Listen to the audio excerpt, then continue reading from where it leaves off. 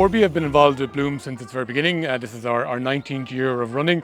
And way back at the start, I suppose, it was all about trying to promote the horticulture industry and bring it out, create an opportunity, I suppose, for consumers to engage with horticulture. So, our remit absolutely takes in horticulture into play. And, whilst the horticulture industry is very much orientated towards kind of the domestic market, it's one of those unsung heroes in terms of what it delivers for the Irish market and what we do with it. So the garden is called Into the Forest, and it's inspired by the wet woodlands in the west of Ireland. So places where we have a lot of rainfall, and the planting kind of really reflects that. So we have quite a lush tree canopy with lots of birches, rowan trees, which is the one here behind me, and even some little oak saplings popping up there as well. And then some twisted hazels that give it that kind of weathered, wild feel to it. Even during the build, we've had birds, butterflies, bees, ladybirds, a squirrel, lots going on in the garden. So essentially what the garden serves to do, it really celebrates our roots and our connection to farming and our grass-fed roots. So all of our dairy is grass-fed, and that gives it this great unique taste and extra creamy texture. And basically what it does, it kind of celebrates biodiversity. So it has this beautiful habitat tower, and that's specially designed to allow birds to nest at different heights. So it can become a welcome home for every little creature, from small robins to sparrows to moths and bats as well.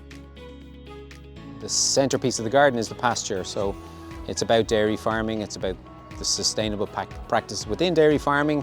It also shows the beauty of kind of the product, which is the milk is born of the land and how we have such an advantage in terms of the land quality that we have for dairy farming. So you'll see in the centre of the garden, you'll see this 4-metre pasture. It's a beautiful circle. You see there's white clover, yellow clover, there's even lovely little bits of flower within that.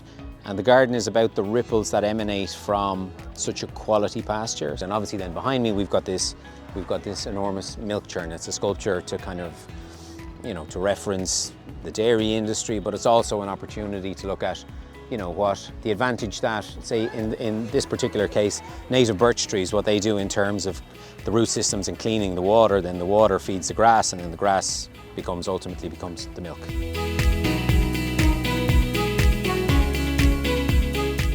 Well, this garden was designed for the Department of Agriculture, and especially to highlight organic agriculture and horticulture, obviously.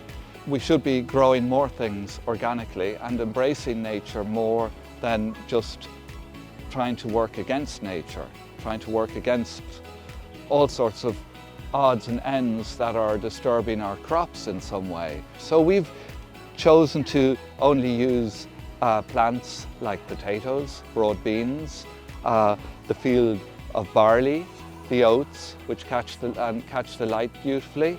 Other parts of the garden are really that this garden is like an amphitheatre. We have a stage, and it's a stage to celebrate nature, to embrace nature, and also as a link to the Aras.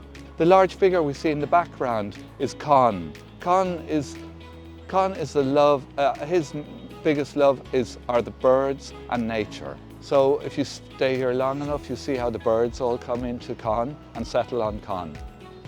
Not only because I put bird feeders in.